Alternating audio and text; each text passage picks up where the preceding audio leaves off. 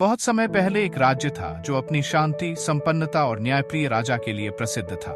उस राज्य के महाराजा का नाम राजा विक्रम था। राजा विक्रम न केवल एक पराक्रमी योद्धा थे, बल्कि उनकी बुद्धिमत्ता और न्यायप्रियता के कारण प्रजा उन्हें बहुत मानती थी।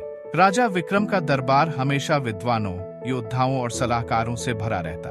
वे सभी की बात ध्यान से सुनते और फिर निष्पक्षता से निर्णय लेते।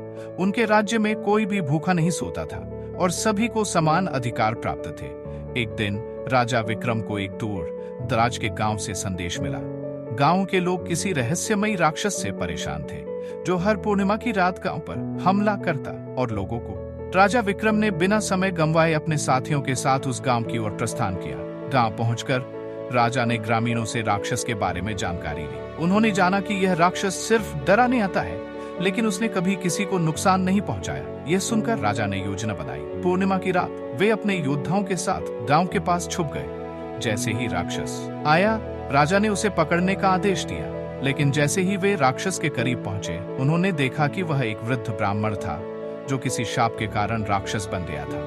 राजा ने उस वृद्ध से पूरी कहानी पूछी और उसने बताया कि एक पुरानी गलती के कारण उसे यह शाप मिला था कि वह हर पूर्णिमा की रात राक्षस के रूप में भटकता रहेगा।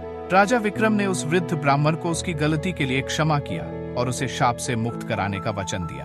अपनी बुद्धिमत्ता और तप से राजा ने उस शाप का उपाय ढूंढा और ब्राह्मण को उसके राक्षस रूप से मुक्ति दिलाई। गांव वाले राजा विक्रम की इस न्यायप्रियता और दयालुता से अभिभूत हो गए और उनका सम्मान करते हुए उनकी जय जयकार की।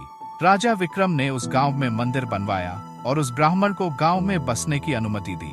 उनके इस न्यायप्रिय कार्य के लिए दूर दूर तक उनकी प्रशंसा हुई और उनके राज्य में एक नई शांति और समृद्धि आई।